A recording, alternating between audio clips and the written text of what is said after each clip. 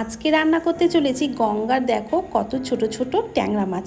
আর ট্যাংরা মাছের ভেতরে কিন্তু অনেক ডিম আছে। শুধু ট্যাংরা মাছ না, এখানে 2 রকমের মাছ আছে। দেখেছো ট্যাংরা মাছের ভিতরে কত সুন্দর ডিম রয়েছে। চলো আজকে তোমাদের এই ট্যাংরা মাছটাই রেসিপি করে দেখাবো, দারুণ স্বাদের, একদম ঘরোয়াভাবে।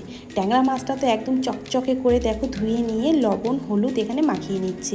লবণ হলুদ মাখিয়ে কিন্তু আমি এখানে একটু মাছটা রেখে দেবো। আর তোমরা কে কে এই মাছটা খেতে ভালোবাসো আমাকে কিন্তু কমেন্ট বক্সে অবশ্যই জানাবে।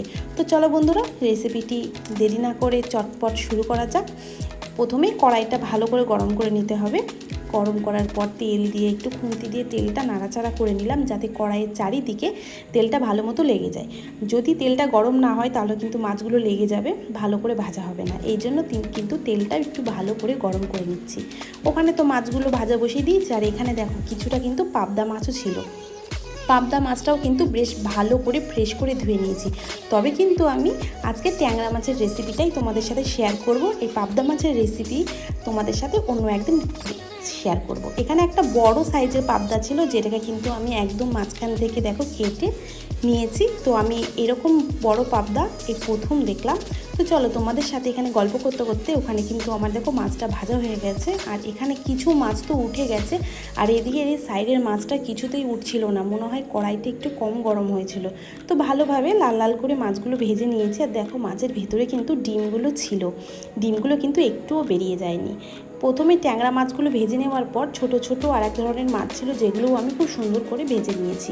এবার দেখো এখানে কিন্তু আমি কলা কেটে রেখে দিয়েছিলাম, কাঁচকলাটা কেটে যদি ভিজিয়ে না রেখে দিই মানে জল দিয়ে, তাহলে কিন্তু কালো হয়ে যাবে। এই জন্য কাঁচকলাটা আগে কেটে আমি জলে ভিজিয়ে রেখেছিলাম।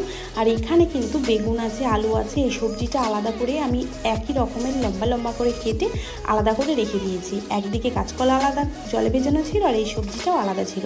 পরে কাঁচকলাটা ভালো করে ধুয়ে নিয়ে সব সবজিটা কিন্তু একসঙ্গে মিশিয়ে নিয়ে হালকা একটু জিরে ফোড়ন দিয়ে সব সবজিগুলোকে একটু নাড়াচাড়া করে নিলাম।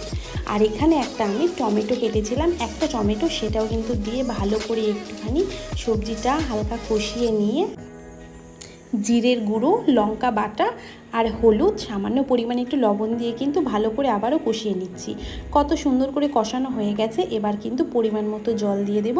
আর জল দিয়ে একটু ফোটা ফোটা হয়ে গেলেই কিন্তু ভেজে রাখা মাছগুলো দিয়ে দেবো। আচ্ছা তোমরা কমেন্ট করে বলো তো এই মাছগুলো ভাজা কে কে খেতে ভালোবাসো? আমার কিন্তু খুব ভালো লাগে। এবার হালকা হাতে একটু নাড়াচাড়া করে নেব। দেখো রেসিপি রেডি হয়ে গেছে। তোমাদের কার কার ভালো লাগলো কমেন্ট করে অবশ্যই জানাবে। আর ভালো লাগলে লাইক শেয়ার কমেন্ট করে বন্ধুরা পাশে থেকো।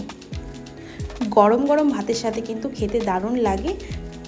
তোমরা কে কোথা থেকে আমার এই ভিডিওটি দেখছো আমাকে কিন্তু অবশ্যই জানিয়ে যেও বন্ধুরা। আবার চলে আসবো অন্য কোনো রেসিপির সঙ্গে।